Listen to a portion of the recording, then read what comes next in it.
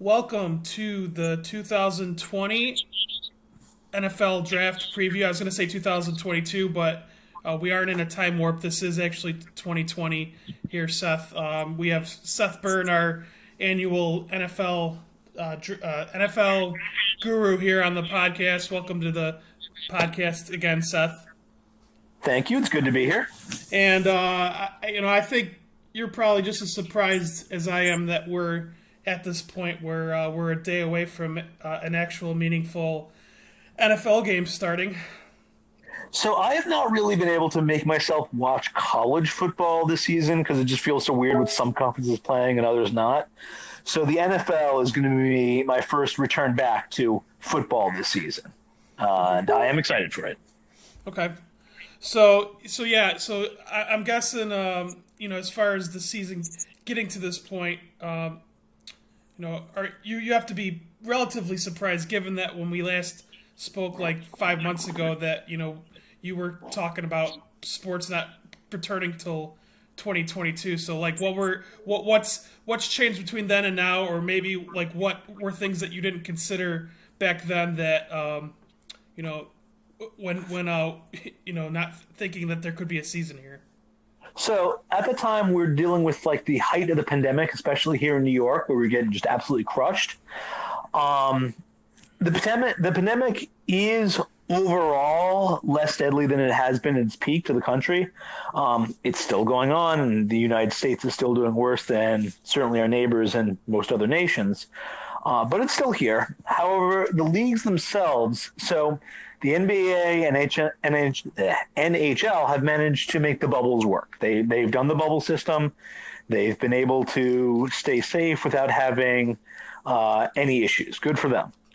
Baseball has been a little different. It doesn't have the bubble the same way the NFL doesn't, and they've had a couple teams get hit by outbreaks.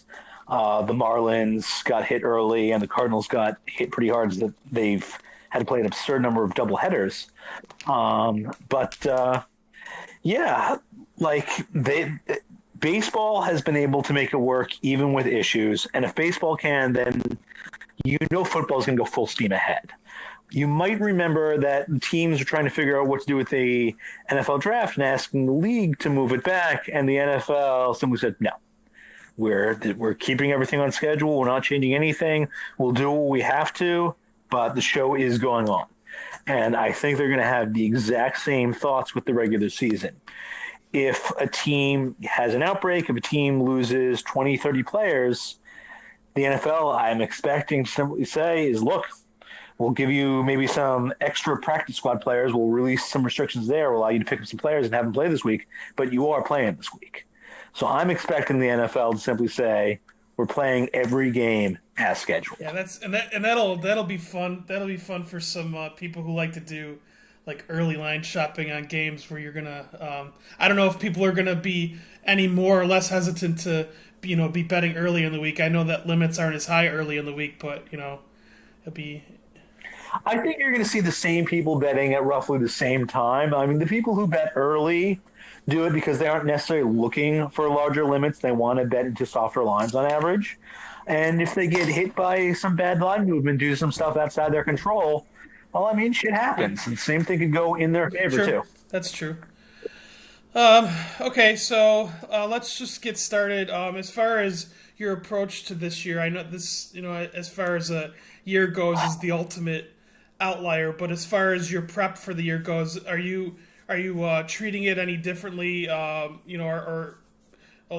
can you have you been preparing for all the possible what ifs? So I don't necessarily know what I can or should be doing to treat it differently. I mean, I accept that there's going to be more uncertainty, and I certainly haven't seen any preseason games because there haven't been any preseason games. So I know preseason games aren't particularly predictive, but they do give you a sense of where the coaching staff feels about the depth charts. And we don't have that this year. And so anything the teams put out could be a bold-faced lie. They're trying to trick their opposition. I mean, they're out here to win. They're not out here to give us information. They're out here to try and win football games. So until we actually see who the coaches are sending out there, we're not going to be certain what the roster is going to look like or what kind of playing time we're going to see for various players. We're just going to have to wait and see what they actually do. Because don't listen to what they say, watch what they do. Do you and maybe you don't want to reveal this, but are you anticipating the season to start out very sloppy because there's been no preseason? Yeah. I mean, we've seen that with football games before when players come back after the offseason, even if they've had plenty of practice time, in their first actual football games back. It takes time to get everything back up to speed. I mean, we talk about how college players have to adjust to the speed of the NFL. Well, that's true, too, for NFL players. Like, they're going to have to adjust to the speed of it. And some of them might be ready from day one, but others won't. And so we're going to see more sloppy play. We're going to probably see more penalties committed. Whether or not there are more penalties called will depend on what the league office wants games to look like. But we're going to see some sloppy play, definitely. Okay.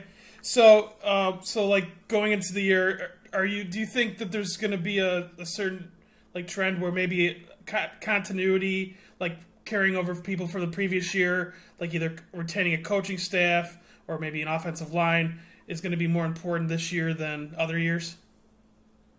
So historically, retaining your offensive line is considered a plus because there's just so much teamwork involved there. Being able to trust your teammates is important. Continuity with quarterbacks and wide receivers, getting their timing together, that can matter. But what we're really, they just haven't had as much time to practice due to COVID-19.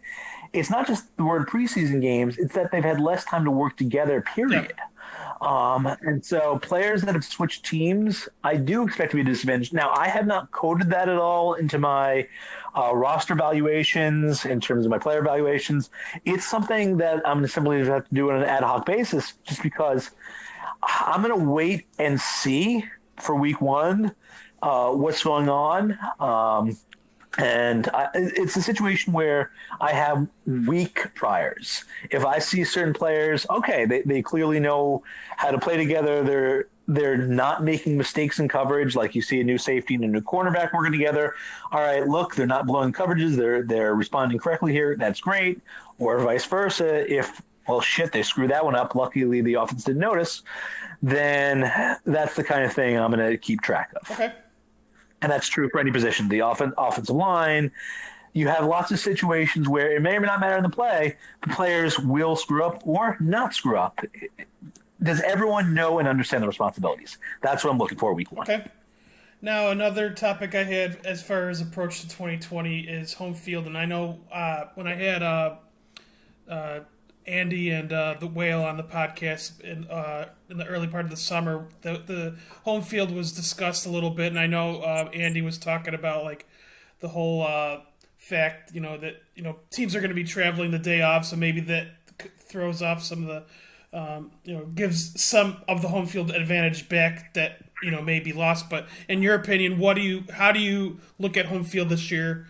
Playing a role like in the grand scheme of things. So the market is saying that it is almost at the level it was last year. That home field advantage is going to be slightly diminished. And home field advantage has been trending down in general. So let's just say home field advantage will colloquially be 2 to 2.5 points. My initial instinct is it's hard for me to see that with stadiums being either completely empty or mostly empty. But what do I know? I mean, I don't have to get into an airplane and travel. It's certainly, I'm not going anywhere these days. Traveling could be particularly stressful. I'm assuming the teams are going to be controlling their environments. Every flight's going to be chartered. Everyone on the flight, including the flight people, are going to be made sure to not have COVID, quarantined, or whatever else. I think they're going to take every precaution imaginable. And so I presume traveling shouldn't be all that bad. But again, I don't have to get an airplane and play a football game, and so I don't know. I for the most part, I'm going to be slightly below market in terms of home field advantage. If the market says it's like 2.25, look for me to be closer to two. Okay, so you might find yourself betting a few more possibly betting a few more road teams to start the year, depending on Yeah. how the numbers line up. Okay. Yes. All right. Well, let's go into the start of the 2020 year itself. And also revisit some of the 2019 topics. So, as far as like the 2020 offseason until now, what particular teams' moves stand out? Obviously, the Tampa's probably going to stand out the most, but who are some others, either coaching or draft or free agent, that might have stood out to you? So we now have head coach Kevin Stefanski in Cleveland. So we're going to have a new philosophy on offense, and either Baker Mayfield will work well in it, or he won't. I mean, he was excellent as a rookie. It was a surprisingly terrible sophomore season for him, and so this is a new chance for him to adjust to a new offense and say, "All right, give me a mulligan on last year. We're back. We're not going to be making the same mistakes. Freddie Kitchens no longer has the keys. Let's make this work." Now we've seen some quarterbacks change teams. We now have Old Man Rivers in Indianapolis. Now Indianapolis has for the last couple of years been a dark horse. A couple of years ago, they made a decent playoff run winning a game, if I remember correctly. Last year, they didn't quite perform as well. Does Rivers give them a chance? Possibly. We now have a new quarterback in Carolina, Teddy Bridgewater. He did a nice job as Drew Brees' backup. He got paid, which, I mean, if you looked at his contract, he got paid real money. His agent. I'm not expecting much out of him in Carolina. They also paid a running back, which does not make the NFL analytics crowd happy. But McCaffrey is by far the most valuable running back in the NFL because he's also an elite receiver. So we'll see what Bridgewater could do there. I mean, there have been some other moves, but you're right. Tampa Bay is the big one. When they were speaking with Tom Brady, they were expecting to try and sell him on coming to Tampa, and the way that phone call worked is Brady was actually the pitchman trying to sell them on bringing him in, and the key thing that he was looking for was multiple years. That was one of the things that the Patriots were kind of stuck on. So we no longer have Jameis Winston demolishing that defense, throwing 30 interceptions. I mean, Tampa Bay's defense was actually top 5 in DVOA last year. They had a real defense. And so if their offense had merely just been average instead of sabotaging the defense, they should have made the playoffs given the quality there. So they are a legitimate contender. Evans and Godwin are really good receivers. I'm not expecting much from Gronk. He wasn't the same player when he retired. I mean, I think he retired for good reasons. So him coming back, maybe he's 100%, maybe he's healthy and will be able to perform on some level reminiscent of Gronk. But I'm not expecting much from him. But the real thing is Brady has been trending downward for the last few years. We'll see what he can bring to Tampa Bay, but they are contenders now. Even if the offense is just average, just a little bit above average due to the receivers, their defense should allow them to threaten the Saints and make the playoffs, especially now there's 7 teams making the playoffs. But there's one other team that has had a significant amount of turnover this offseason that we need to talk about, and that's the Patriots. They obviously lost Brady. They've replaced him with Cam Newton. Cam Newton is a huge known unknown because we don't know how his shoulder is looking, how he's dealing with lower body injuries.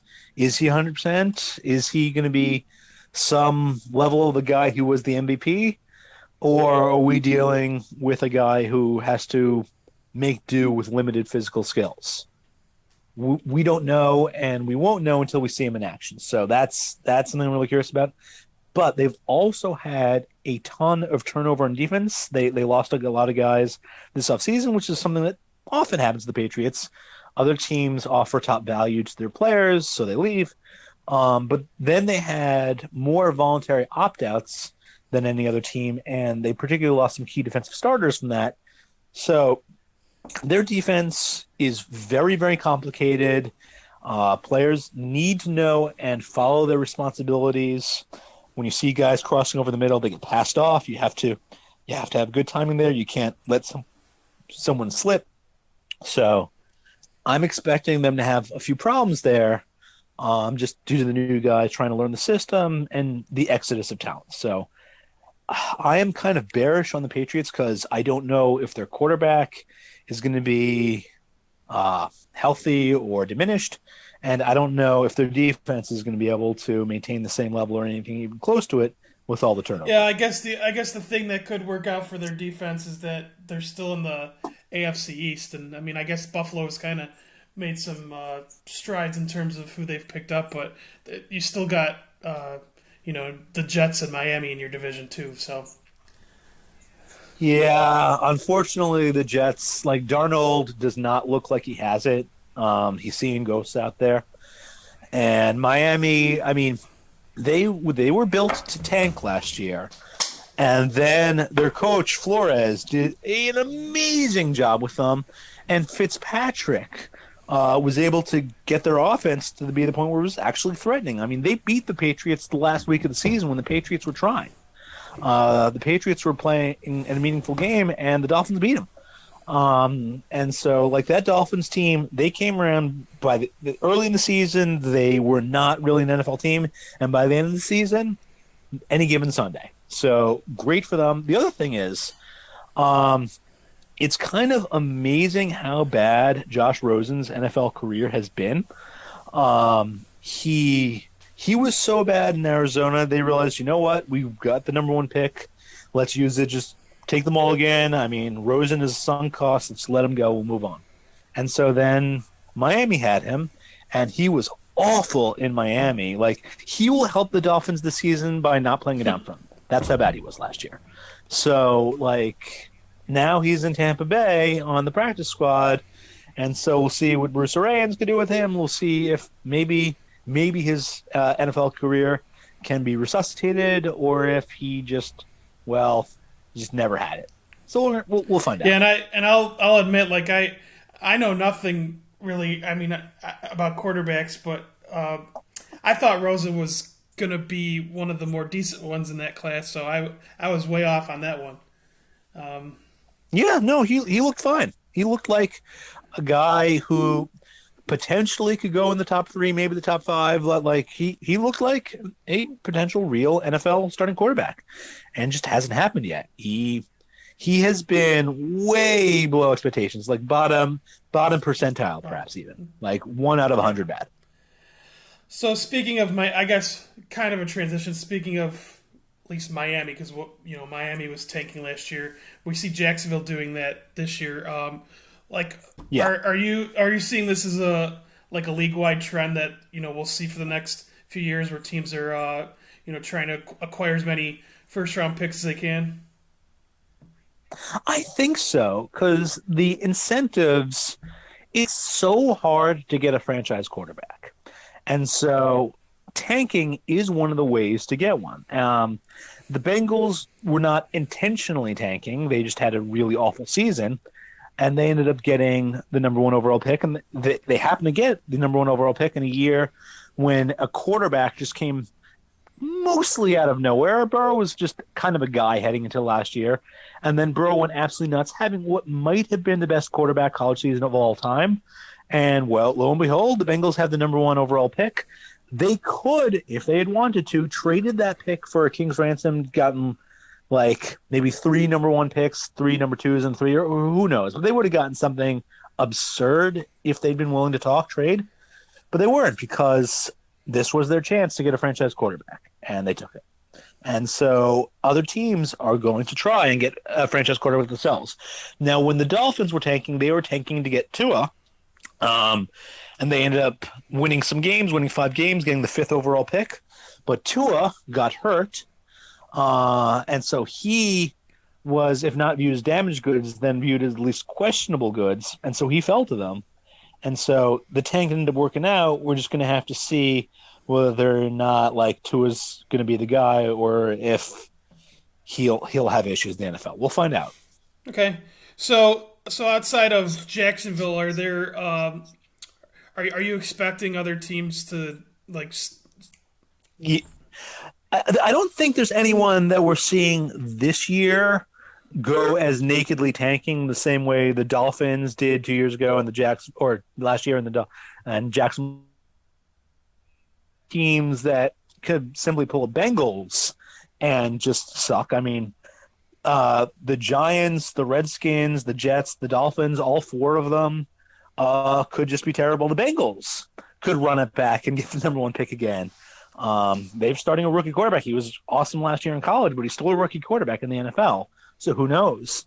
And there are other teams that could just be awful. I mean, the Chargers have had their historic poor injury luck already strike, losing the star safety. I'm blanking on his name right now, but they now it's possible that they could just have an awful season. Herbert is miserable out there. Like, I did not love his film, and so they took him with the 6th overall pick. I guess that's what they had to do with Tua and Burrow off the board, but I didn't like him on film. I don't think he has it. So they could, in theory, pull a Cardinals and get the number 1 overall pick, and then say, you know what, we missed last time. Let's try something new with Trevor Lawrence. But who knows? I mean, a lot of things could happen this season. Yep. But yes, I do expect other teams to run the tank 1 or 2 or maybe a year. Okay. All right. Now, one of the topics I did want to revisit, because it was a fun little. It wasn't a long thread, but it was a fun little thread we had with some people on Twitter relating to everyone's favorite quarterback, Goff. So I know in the Super Bowl, you had discussed that he got pretty damn exposed, and last year they obviously had their struggles. So do you think that McVay will be able to continue to be able to create schemes to mask his flaws? So let's actually just go back to the Super Bowl for a second and imagine what was going through McVay's and Goff's head when they realized the Patriots weren't going to let them do their maestro magic. They weren't going to say, all right, here's what we're going to do. Let McVay talk into Goff's earpiece and then let Goff execute it. Like that shit wasn't going to work. And so suddenly the Rams and McVay were like, oh, shit. And so last season, like, Goff, he did not have the same success he had 2 years ago. And teams are now ready for McVay's stuff. They know what he's doing. They know what Goff is capable of, and they're making his life a lot harder. Do I see them rallying and come back? Well, no. And part of that is they've been in a salary cap vice because they paid Todd Gurley, they paid Goff, and they've made some other moves that have put them in tough salary cap shape. And while they chased the ring pretty hard, they missed, and that has led them to have a lot thinner roster. And over the course of the season, and particularly over the course of this season, having a thin roster is not recommended. So I think they're in trouble. So probably you're thinking bottom half of the division then? Yeah. The other problem is they're in a division with 2 really good teams. Like the 49ers built a great defense. Shanahan did a really nice job with Garoppolo. Strong run game, just a solid overall team. The Seahawks, if they choose to let Russ cook, and we're going to talk more about this in a bit, but if they let Russ cook, they should be a 10-win team. Let's talk about this now. They have the second best quarterback in the NFL, quite possibly, trailing over only Mahomes. And in neutral situations where the game is close, it's not in the final 2 minutes of a half, it's early downs, whatever else, where you could run or pass, they choose to run more than half the NFL does. They choose to be a running team when they could choose to take advantage of having one of the best weapons in the NFL. And the amount of value that they just give up by doing that is enormous. They could win an extra game and a half a season just by letting Russ cook, by throwing the ball, being a passing first team. And I talk about this in my NFL preview, how often they let him pass 2 years ago and last year. And it was something like 480 something and 520 something. And the NFL record is above 700. If you're throwing a ton, you should be above 640. If he's not throwing the ball 40 times a game, they're screwing up. And they've been screwing up pretty hard, keeping him a lot closer to 30 for the last couple of years. So that's just 10 plays. Those are running plays instead of passing plays where they're giving up huge value.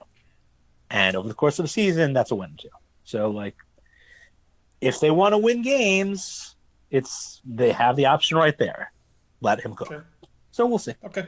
But that's the problem with the Rams. They're in a tough division. Even the Cardinals aren't a terrible team anymore. So no easy division games. Okay. Now we have the rookie quarterbacks. You've already kind of gone over Burrow, but in terms of including Burrow, I guess, who do you like from the rookie class in terms of talent, where they landed, things like that? So, Burrow was just amazing at LSU last season. Now, they did have really good coaching, so that helped him a bit. But Burrow was also just hitting guys. His timing and accuracy and decision-making were all what you were looking for. So he took the next step last year. So good for him. I'm expecting it to take him a little time to get up to speed in Cincinnati. He doesn't have the same talent around him in terms of relative competition anymore.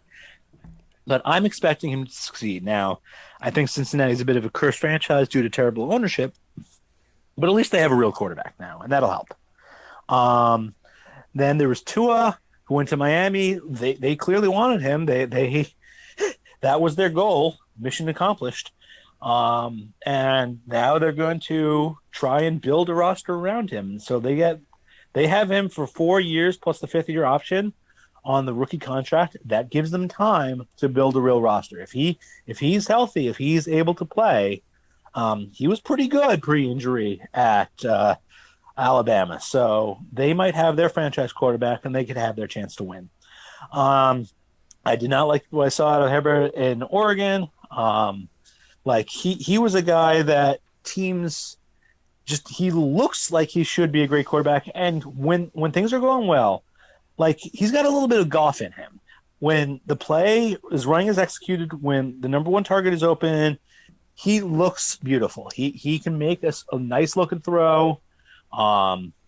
It's just when things start to break down, when you have to go to plan B and plan C and get it out of the pocket, that you just see some terrible throws from him. You see his accuracy diminish, and you see his decision-making causing some problems. So I'm not seeing him. I'm not a huge fan. But let's talk about the real controversial quarterback decision in the first round, and that was Green Bay trading up for Love. So you have a guy who was great in 2018 at Utah State. Then he lost basically everybody. He lost his coaches. He lost his offensive line. He lost receivers. And last year, he was pretty terrible. His numbers were bad. He wasn't necessarily making great decisions. It was just a bad scene all around. But I'm going to give him a mulligan on that because, again, 2 years ago, he showed that he could make it work. And so I still believe. And so, I thought he was going to be a good quarterback in the NFL. But now he went to a situation where he is going to get to sit behind Rodgers, and Rodgers himself isn't really happy about that. So it's draft day in the Rodgers household. They hear that Green Bay has just given up their fourth round pick to move up in the first round. At this point, you're thinking, okay, do we get T. Higgins? Am I getting another weapon? Are they going to give me a chance to succeed? And then you hear they take a quarterback, Jordan Love, and like, you know how you can get pissed in a video game, you throw your controller?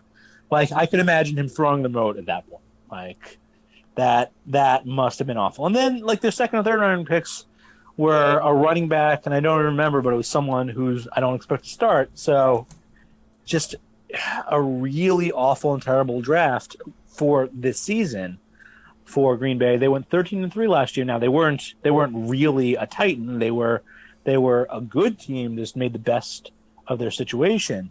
But they could have tried to build up on that, and they didn't. They just instead to build for the future. And so you have a situation where Rodgers, they can't really get out from under that contract anytime soon. So Love is going to be sitting there learning from Rodgers, perhaps the same way Rodgers learned from Favre.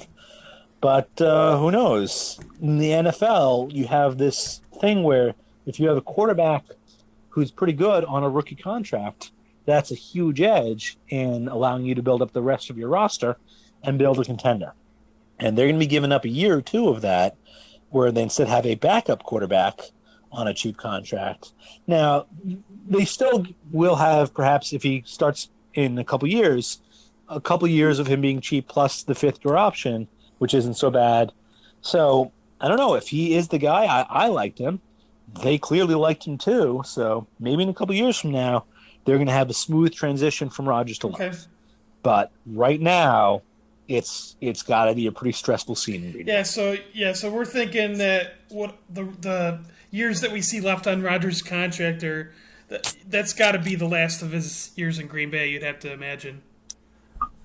So let's actually I'll look that up right now. But I remember it from before, thinking there's just no way they're getting out from under it until a couple of years. But I will look that up. Okay. So. I'll go into the next topic here. So and these were actually a couple topics that we discussed with on the Sugar Shane podcast, and the second one is related to Mike McCarthy. So Dallas is considered a pretty strong contender this year in the NFC, and then they go ahead and sign McCarthy, and people remember some of the decisions that he made.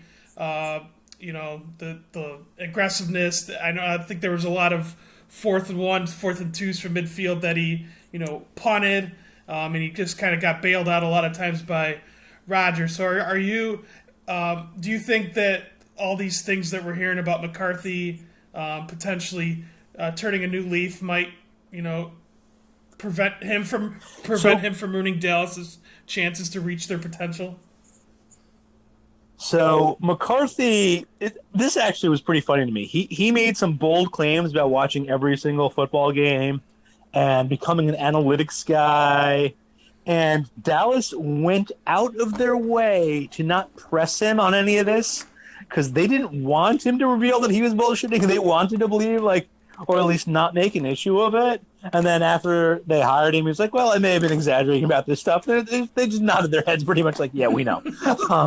But he has a litany of just being conservative, and that's kicking field goals in 4th and short, punting on 4th and short, even on the other side of the field, being too conservative, running the ball too much. Just every sin that you could think of, he has committed. Now, he has said the right things about learning from him, and later in his career, he did get a little bit better about that stuff.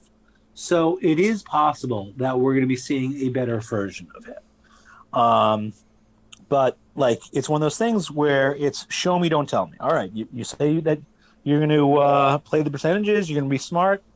Let's see for him go for it on 4th and 2 from the opponent's 30-yard line instead of kicking a long field goal or, God forbid, trying to pin him deep. I don't think he's going to screw them. I think there's just been enough of a sea change in terms of the NFL just realizing, look, you got to go for it. The fans are screaming about this for a reason. They're right. And if you don't, you're going to lose more games. And losing sucks. And so if coaches are no longer going to take the same heat from the radio call-in shows and the rest of it, and particularly from the fans and the owners, like if you go for it and you fail, I mean, Baltimore went 0 for 4 on fourth downs against Tennessee, but no one yelled at them for going for it. They were just pissed they didn't succeed. They know that they made the right decision to go for it. So, like, I do expect him to be more aggressive, whether or not that's because he's gotten smarter or just because he's going to go with the flow and what the NFL is doing. I don't know, but either way, I'm not expecting the same level of Fat Mike as we got before. Now, on the other hand, there's this expression: you sit at a poker table with someone long enough, they reveal who they are to you. Fat Mike still is the same person who made all those terrible decisions years ago. So he doesn't have great instincts. He may have learned, but in the heat of the moment, he might send out the punter, the kicker, and not trust in Dak or not trust in Ezekiel Elliott. I don't know. I don't expect him to screw them, but it has to be in the back of your mind. He might, because he's done it before. Sure. Okay. All right, so the last topic here before we go on a quick division-by-division preview is the Patriots without Brady, and I guess, you clarified it's not just Brady, but losing all those defenders. So do you think that Bill is still a good enough coach, or he has good enough coaches around him as well to hold off the Bills, or do you think it's just gonna, the lack of all these defenders, along with maybe downgrading in terms of quarterback? I'm saying maybe because Brady was kind of on the decline, but we still don't know about Newton. So the Bills have actually done a really good job. They made some mistakes, like they made an error trading for Sammy Watkins a few years ago. But since then, they've done a really good job of roster construction. They've built a very strong and deep roster. They are built to win in the NFL, particularly if they have a real quarterback. Now, at least for them, they have a cheap quarterback because they have a quarterback on his rookie contract. And so they have taken that advantage. They built the team around him. They are tough.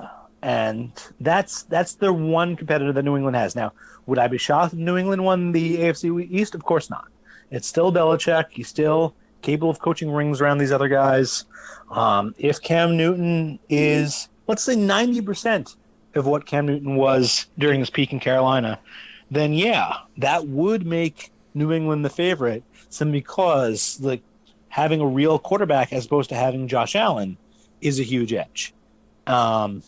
Now, Bill has issues on both sides of the ball, and if you can only answer them on one side, I do expect Buffalo to take the division. But if he can get the new guys on defense up and ready to run, and if he has something with Cam Newton, then yes, then the Patriots could certainly do it. I do expect Buffalo to win the division. I think the roster is just too much stronger. So let's talk about Allen for a second. He has been below replacement level as a passer. Now, he's been a really good runner, and so that has moved him above replacement level overall, certainly well below average. But it's hard to win in the NFL as a quarterback not being able to throw the ball effectively. They added Diggs. They've given him a tremendous weapon. And losing Stephon Diggs, is really going to hurt the Vikings. I mean, he helped Cousins. He threatened the defense. He's a guy that if he can gel with Allen, if for some reason Allen isn't overthrowing him and actually hits him in stride, or at least gets him roughly on target, then yeah, they could be scary. If Allen were actually for some reason good this year, then they would be the third wheel in the AFC, because their roster, if you ignore quarterbacks, their roster is competitive with Baltimore's, and overall would be stronger than Kansas City's. Again, ignoring quarterbacks. But once you start taking the quarterbacks into account, Kansas City's the defending champion. They are the legitimate AFC favorite, and Buffalo's a dark horse because Allen just hasn't been good in the NFL. So we'll see. I mean, he's got another year to develop. He now has more talent around him. I would certainly like to see Buffalo win the division, because even though I'm a Jets fan, I'm also an anti-Patriots fan. Sure. So it'd be nice to see anyone else win the division, even if it's not us. By the way, just talk about Rodgers for one brief second.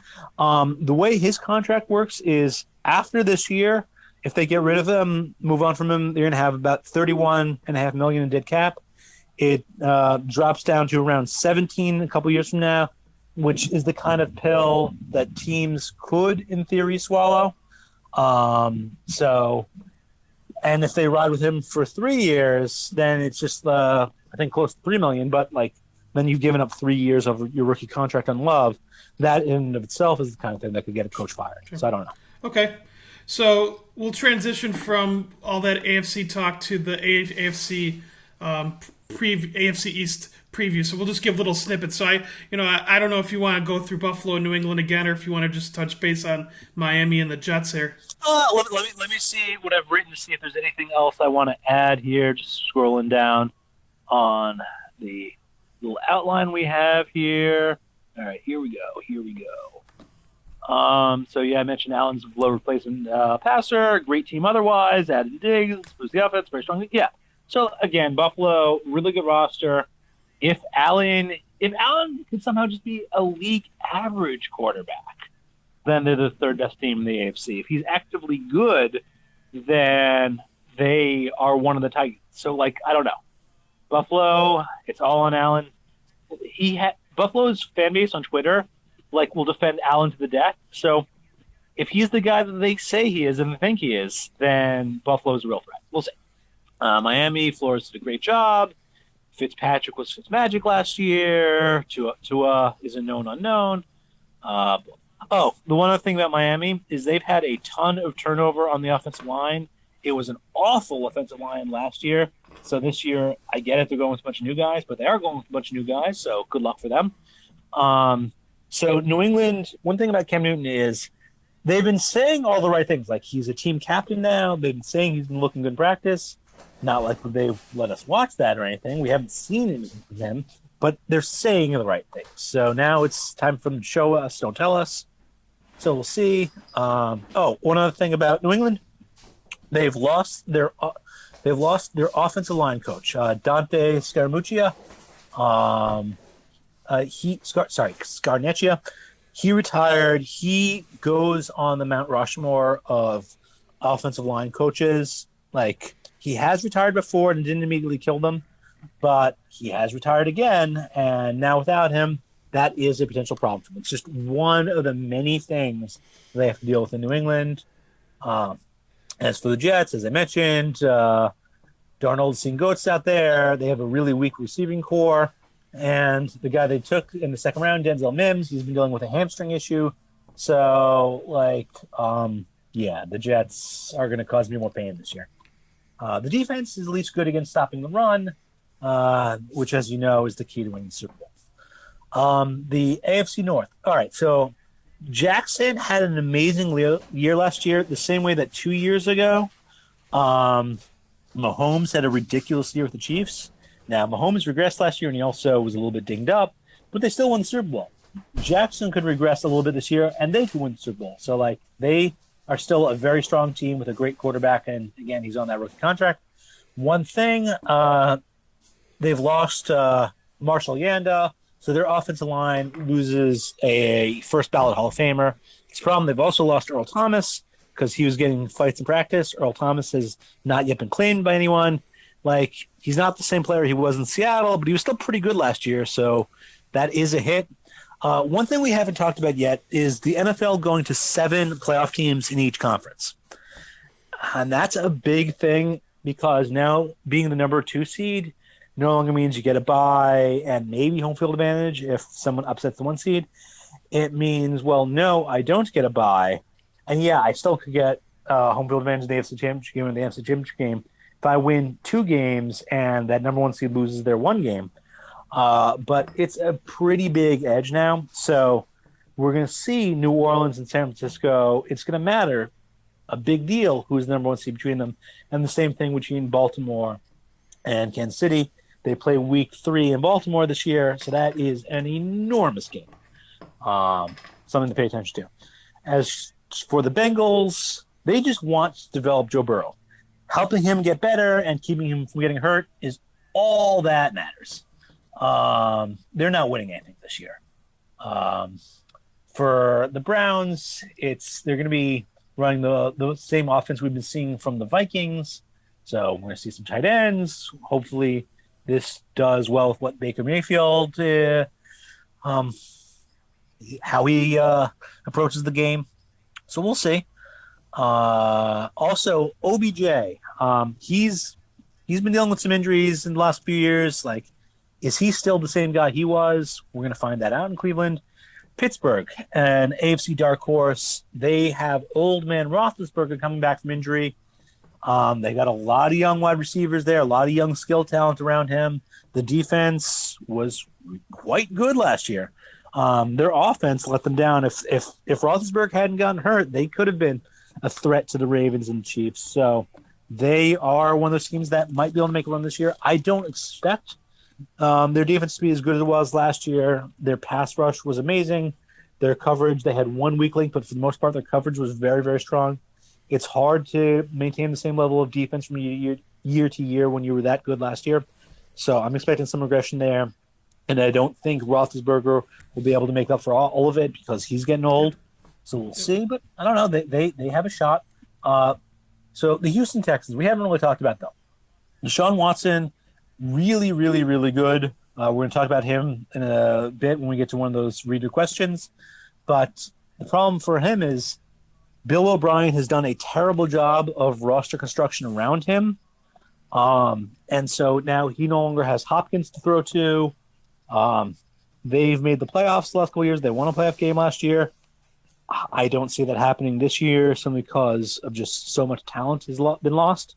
So that's a problem. Jacksonville, they're going for the tank. They've gotten rid of all their defensive stars from the team that led them to the AFC Championship game a few years ago. So they're in it to lose. I'm skipping. Oh, the Indianapolis Colts. Talked about them. Rivers, they're going all in on him. They traded for DeForest Buckner from the 49ers. So they're trying to win this year. They might. I mean, they are like Pittsburgh, a dark horse. But again, with old man quarterback, a new quarterback as well, I'm not seeing it. Tennessee just signed Jadeveon Clowney. So the Titans now have beefed up defense. In the playoffs, they were trying to win with running a defense, and they actually did. They won a couple games with that, so good for them. They got to the AFC Championship game.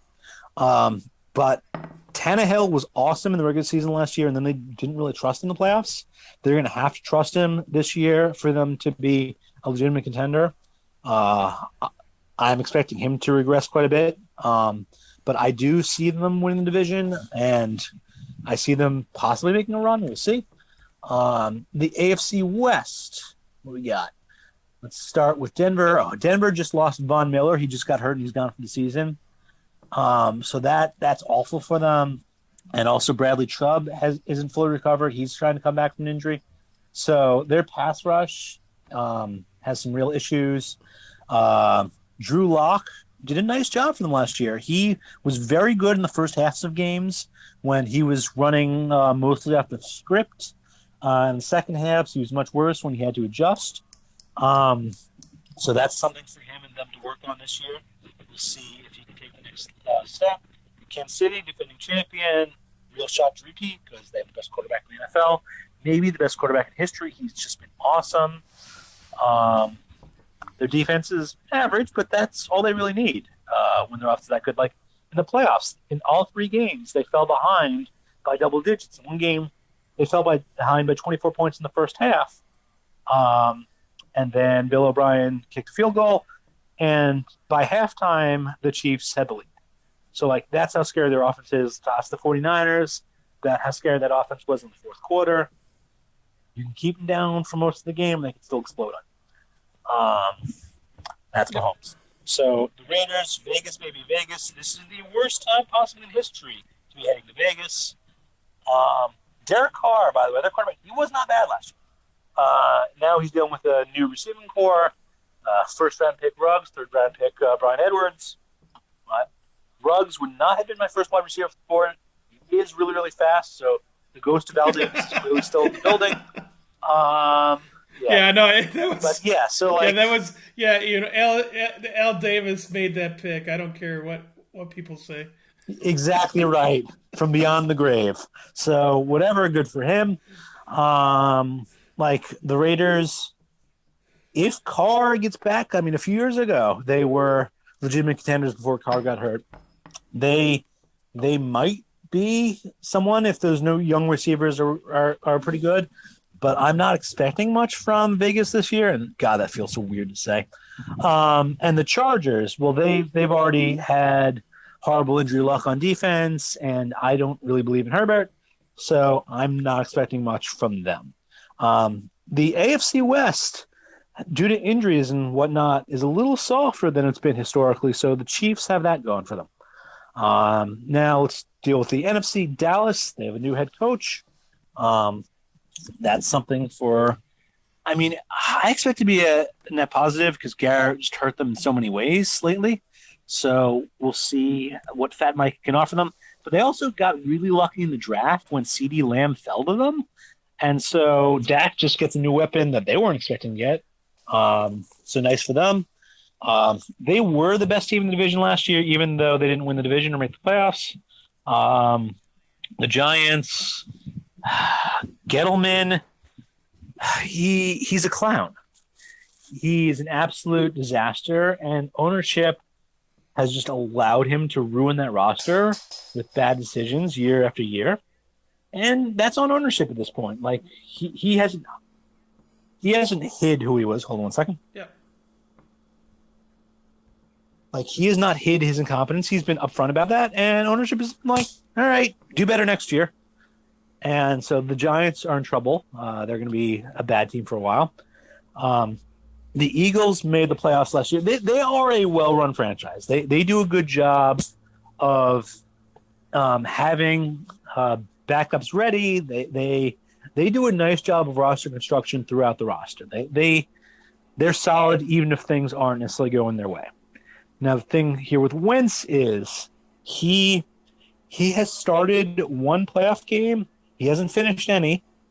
He's had an issue staying healthy now. I read something, and I linked to this in my preview, from a doctor saying, look, all this stuff, yes, he's had bad things happen to him, but none of this should be chronic. You should be able to see him going forward. Now, that may be true for all the physical injuries, but we know that concussions can linger. We know that can be an issue. And so he has got that black mark on his resume from last year. When he came back from injury previous to last year, he wasn't the same guy he was when he was in his MVP season. His motion wasn't the same. His speed of play wasn't the same. Things had slowed down a little bit. And that's a problem. I don't think we're ever going to see the same elite Wentz that we saw previously. And I think that's going to hold the Eagles back, unfortunately, which is why I'm expecting Dallas to take the division. Now for the NFC, Washington football team.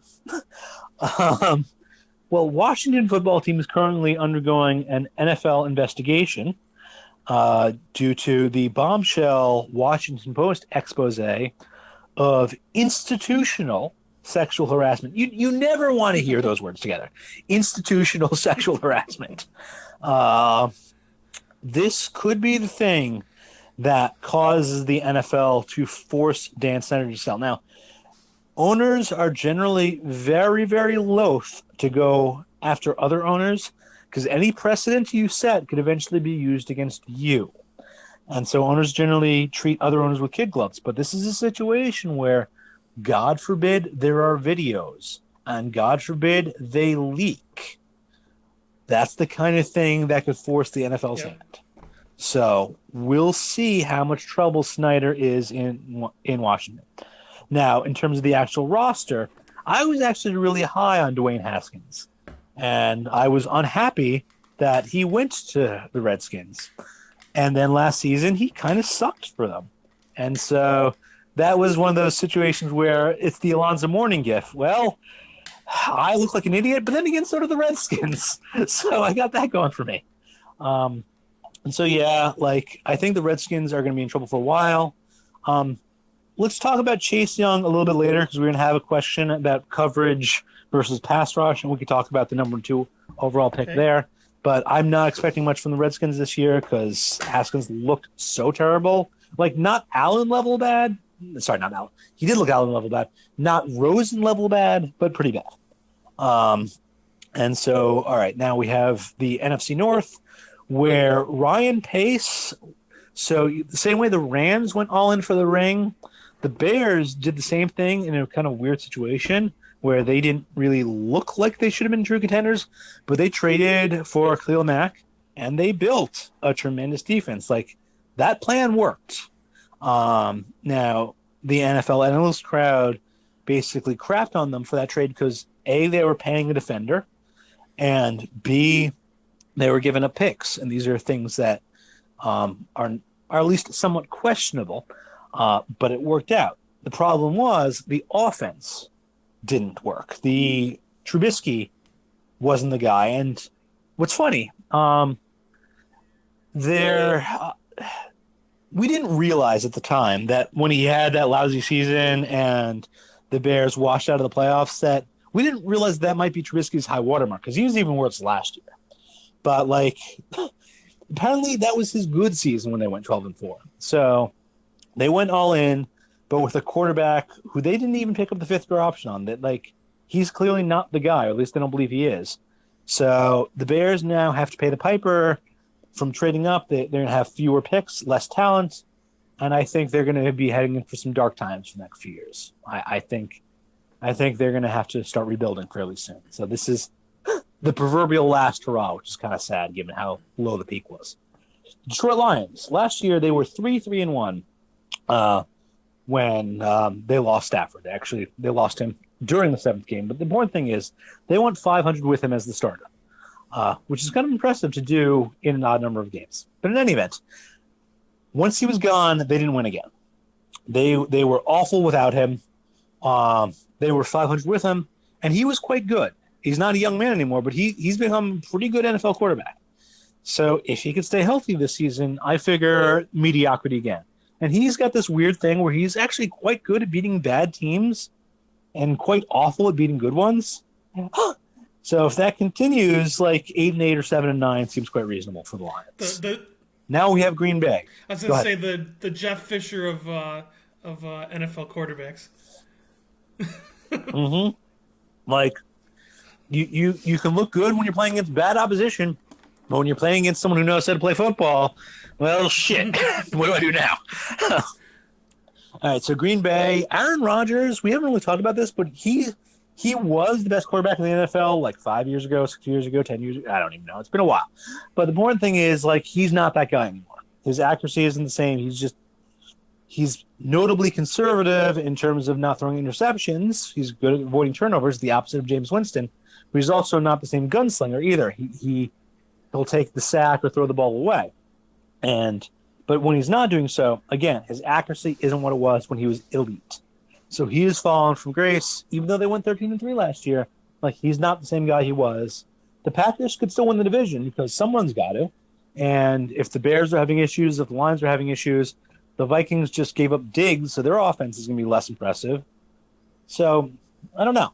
I'm expecting the Vikings and the Packers to be the class of the division again, but the winner of that division might be like 9-7 or 10-6. Like, Cousins I expect to be good, not great. Well, it's kind of blah. Like, someone wins the division, but I do not expect to see the NFC champion to come from the NFC North. What else? I mentioned the Vikings lost Diggs. They took Justin Jefferson. I don't think he's going to be a replacement for Diggs. Diggs was a star. The defense is good. That's nice, but the Vikings are what I would call a B-level contender. They're not elite. The Falcons, it's kind of weird. Matt Ryan has been fine. Like, they've had a competent quarterback, yet they've just been a mediocre team. And one of the things that you see year after year is the player who leads the NFL, the quarterback who leads the NFL in passing yardage, either is in the NFC South or that's the division they face. Like the AFC, NFC interleague, or the NFC team playing the other NFC division four times. Like, the NFC South has been the division that you feast on defenses, and the Falcons have been a big part of that. The Panthers, they're going with Teddy Bridgewater. They are, to me, the B contender to win the number 1 overall pick. Obviously, the Jaguars have to be the favorite, but the Panthers have a shot. Because when your best player is a running back, even if he's McCaffrey, even if he's awesome, even if he might actually be worth 1 win a season simply because he's a great running back and he's a great receiver and he can provide value on special teams. Like, okay, that could be a win. Good for you. But that's it. The rest of the roster is pretty weak.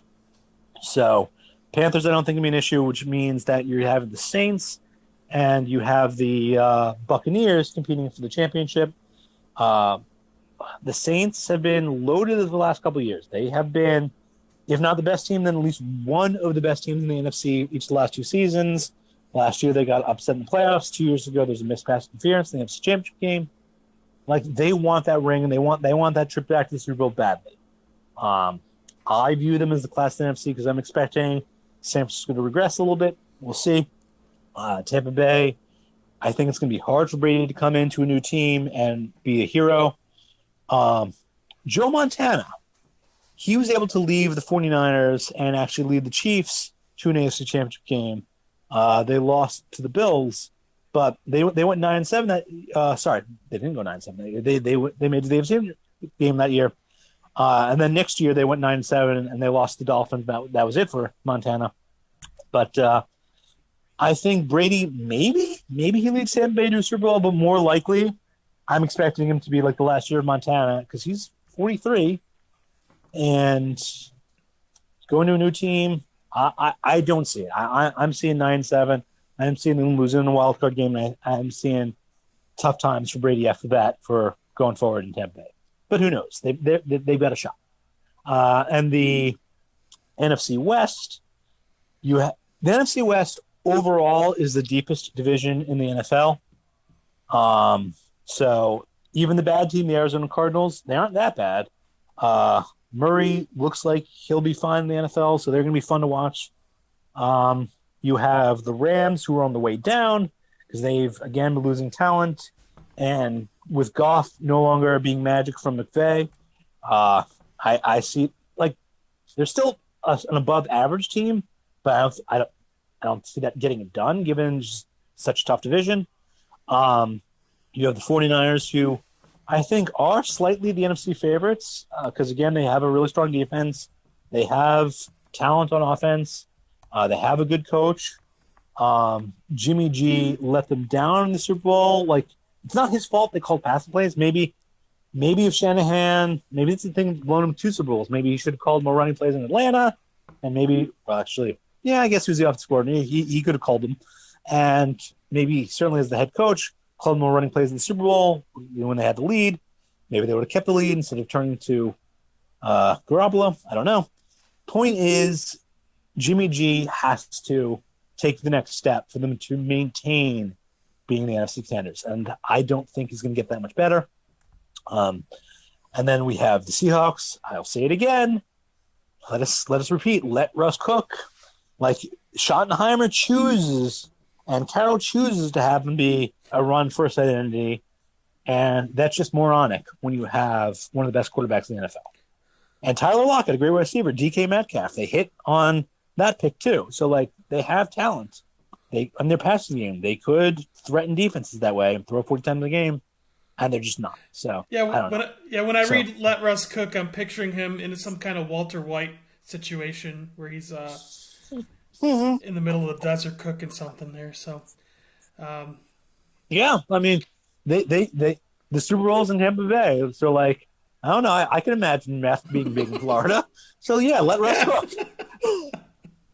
All right. Well, thanks for the rundown there. We got a bunch of questions here. We're going to start with the one focused on the 2021 draft from Risk It for a Biscuit. It was asking about buying, selling, or holding draft capital for next year. And even before you wrote down the answer here, I kind of knew that you were, based on our podcast from last time, you were always in the camp of, if the trend is one way, try to be on the other side of it.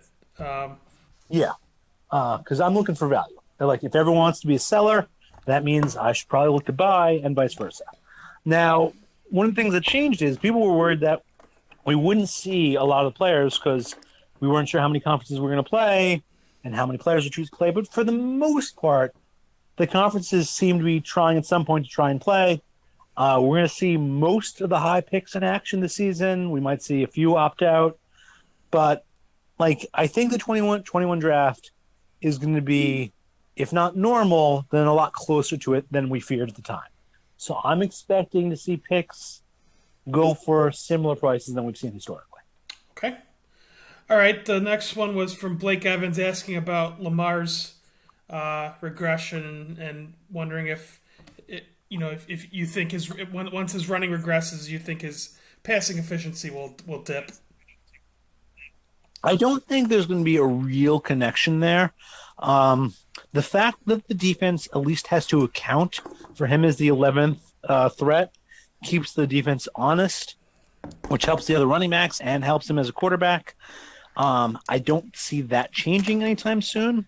And he makes good decisions. He's accurate. Now, he also got some positive variance in the regular season and some negative variance in the postseason. So he might have a worse regular season, but he'll trade that for a better postseason. And I'm expecting to get both of them. I'm expecting to be a little worse than he was in the regular season because the same way Mahomes couldn't necessarily keep up that insane level. I don't expect Jackson will either, but he's still going to be really good. And they're still one of the two elite AFC contenders. Okay. All right, and this next one is from Danny Page about the over-under number of games played across the season. I guess he didn't provide a number, but you provided your own number for that, and you. So I hated the fact that they added the 2-7 game because I think it gives too much of an advantage to the 1 seed relative to the 2 seed. I would be much happier if they wanted to add one additional playoff team that they go whole hog and just say, all right, half the teams make it. I think that'd be better because then the 1 seed would no longer have a bye, and we'd have more football. But on the other hand, we have 269 games scheduled this season, which is nice. So very nice. Exactly. So I'm expecting them to play all 269. As I said earlier, I think the NFL will simply say if a team has some issues, if they have a COVID breakout, they're going to say, all right, deal with it.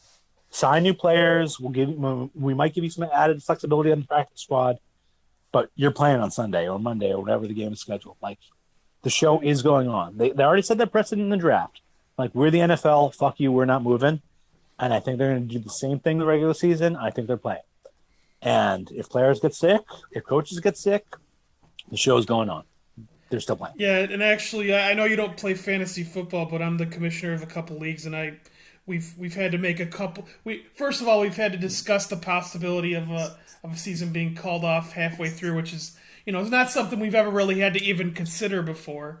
So we have a lot of different things that we've been considering, but it's just kind of we're kind of treating it like we added a couple extra roster spots or injury spots, and it's but other than that, it's well, tough shit. You just got to play with the team in front of you. So it's I expect them to. I was in the camp a month or two ago where I was a couple months ago where I was well, I didn't know how they were going to do it, but then once I saw, like you said, once I saw MLB power through it, and MLB was the closest in terms of how NFL is going to treat it, where they're still allowing teams to travel. So once I saw them get through it, I thought there's gonna be games people miss due to it, but I don't think it's gonna ruin the season like I once thought it did. Right, and if Major League Baseball, obviously it's small rosters, but if MLB can do it, I have to think the NFL will as well. Okay, the next one was from Birch here, and he was wondering how many GMs are worse than Ryan Pace because of the no quarterback cap hell, giving away picks. Things like that. So, I know you had one person in mind, at least, that was worse than him, but maybe you want to get into a little bit more about Pace's background there. So, it's a legitimate question because Pace, as I said, the Bears are going to be going through a dark time right now. and that is entirely Ryan Pace's fault. He set them up to make a run and then pay the piper later, and now it's pay time. And you could argue, well, he went all in on Khalil Mack, and Mack really was great. The defense was the best in the NFL. They went 12-4. In a lot of years, that would have gotten them a bye. He gave them a chance to make the Super Bowl. So you could argue, okay, I went for it, didn't work. Problem is, when he went for the ring, he had already had his quarterback as Mitch Trubisky, a guy he traded up for, which in and of itself might have been a bad decision at the time. Point being that he probably made a mistake there. They didn't pick up his 5th year. And when you miss in the quarterback and then go all in, that's on you.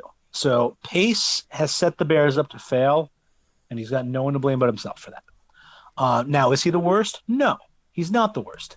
Bill O'Brien has just seen an exodus of talent from Houston, and that's entirely on him at a cheap cost. Like Hopkins is in Arizona. That's a huge get for them. They now have an elite wide receiver, 2nd-round pick. Just shockingly bad trade from Houston's perspective, and that's one of the things that's going to really hurt Watson this season, losing the talent around him. He won't succeed, and it won't be his fault. Like, when you have trying to make chicken salad out of chicken shit, good luck with that. And that's entirely on Bill O'Brien. But there's also the Giants GM, Dave Gettleman, who's an idiot. He doesn't hide the fact that he's an idiot. And he took a running back 2nd overall, took Daniel Jones out of nowhere 6th overall. Like, he set them to fail. Then you have just terrible roster management in Jacksonville. Like, yes, they're tanking. But one of the reasons they're tanking is they've done just such a bad job in the last few years. Like, they were supposed to be – there was this article how they were going on analytics, and that was right before they traded up, I believe, to grab Bortles 3rd overall. Nice analytics, guys. And they've had issues since then. They've been sanctioned by the NFLPA. They've had a lot of problems. So there are a lot of dumb franchises. Do I think Pace is the worst? No. Do I think he would have a different narrative if for some reason they had been able to make a real playoff run with Trubisky? Maybe make it to Super Bowl even if they lost it? Like, we'd be talking differently about them. But they would still be facing the same dark times now. So I don't know. Like, Pace is really bad. He trades up a lot, which in and of itself is the kind of thing that shows that you have a problem. Same thing, Gettleman. Like, if you don't trade back ever, that also shows that you're not properly valuing your assets, and that's a problem that we've seen with Pace. Yeah, and I know it's driving some people here pretty crazy that they traded all this. Well, all the stuff, but they signed Foles to an extension. They traded a pick for him, and now he's going to be riding the pine again. So, it's unreal how bad Foles has been apart from that Super Bowl run. Like, you look at his play otherwise, it's terrible. But he also won a Super Bowl, so good for Foles. That was like that little run there was kind of the equivalent of the one game that earned Matt Flynn NFL career. Oh, gods, yeah, like, great for him. Yeah. What was that, against the Lions or something? Yeah. And I think... Oh, good. It's nice to have a nice day. It is. It pays to have a nice day in the NFL, especially if you're a quarterback. Yeah. So, okay. Yeah. So the next one here, and I think you got some critiques from this last year. This is from Jim Sebo asking, without reading your blog post, because I think what you did last year was basically just read it verbatim and I don't know if you put people to sleep or like, I'm sure people were just like, all right, when's this going to end here? But can you discuss why, thinking that coverage is more important than pass rush doesn't necessarily mean you take a stud quarterback over a stud pass rusher? Sure. And I won't read from anything right now. This will be entirely extemporaneous. All right. So, in the case of a pass rusher, you're on the attack. You are doing battle with the blocking, and if you win, you can make an immediate impact on the play. In the case of a cornerback, you're defending, you're covering, And if you do a great job, well, then the quarterback can simply throw to someone else. And if you do a poor job, well, that's a problem. So you have a situation where you can't really afford to have any true weak links in coverage, or else the offense and the quarterback is just going to hammer them play after play, and you're screwed. So an elite cornerback matters because he might be able to take away a top wide receiver. That could really help the defense. But you're still not going to be doing anything. You're not going to be able to do much more than make the quarterback throw somewhere else. Whereas a dominant pass rusher can take over a game. He could simply end the play. He could force a strip sack and a fumble. He can get pressure, which puts the quarterback on the spot, makes it a lot harder for him. You want an elite pass rusher because they can impact the play directly, whereas a cornerback needs a little help. I don't want to say needs help, but there's a limit to how much he can affect the play. You do need, obviously, depth of cornerbacks. You need talent. Coverage does matter, but an elite pass rusher is of a higher value in general than an elite cornerback. Now, I will say that we just saw someone, I think it was Jalen Ramsey, get $21 million.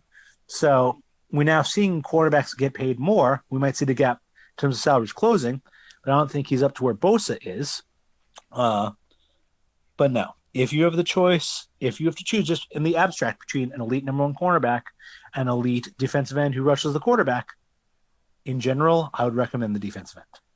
And this particular year, we did have from Ohio State, both of them, a great cornerback and a great pass rusher. And I would have taken Young over Okuda, the defensive end over the cornerback. So okay. And then the Clowney signing. So you think that you think that might put the Titans over the edge at least in the division? Yeah, I do. They are my favorite to win the AFC South. I think Clowney is going to help the other defenders. I think it's just a great sign. He only had 3 sacks last year, but despite that, he still got like 51 hits plus hurries, and he was still getting double teams regularly. He helped the defense a lot, even if it didn't show up in his personal statistics.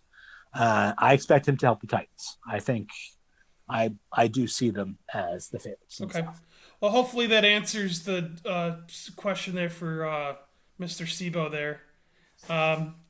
Okay, so the last one that we have here is from a former podcast guest, Kevin Hogan, asking about Wentz, Dak, or Deshaun going forward, assuming similar contracts and mid/upper level tier offensive line wide receiver situation.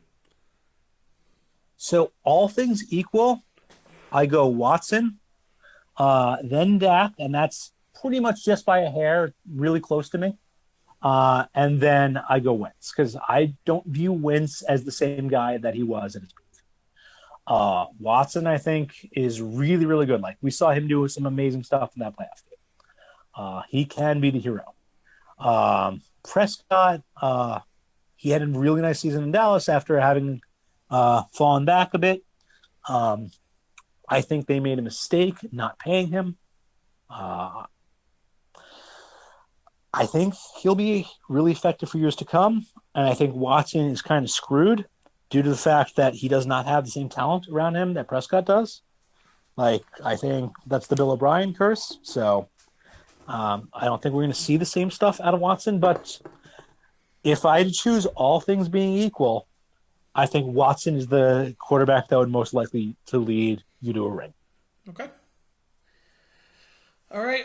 Well, that, as far as topics go, wraps it up. And Deshaun happens to be playing tomorrow, so we got we're about 28 hours away from NFL action. I didn't think we were gonna make it to this, so I'm glad we could have this little discussion as we normally do. And are you gonna be doing anything different this NFL season? Are you going to be watching games a lot more by yourself, I presume?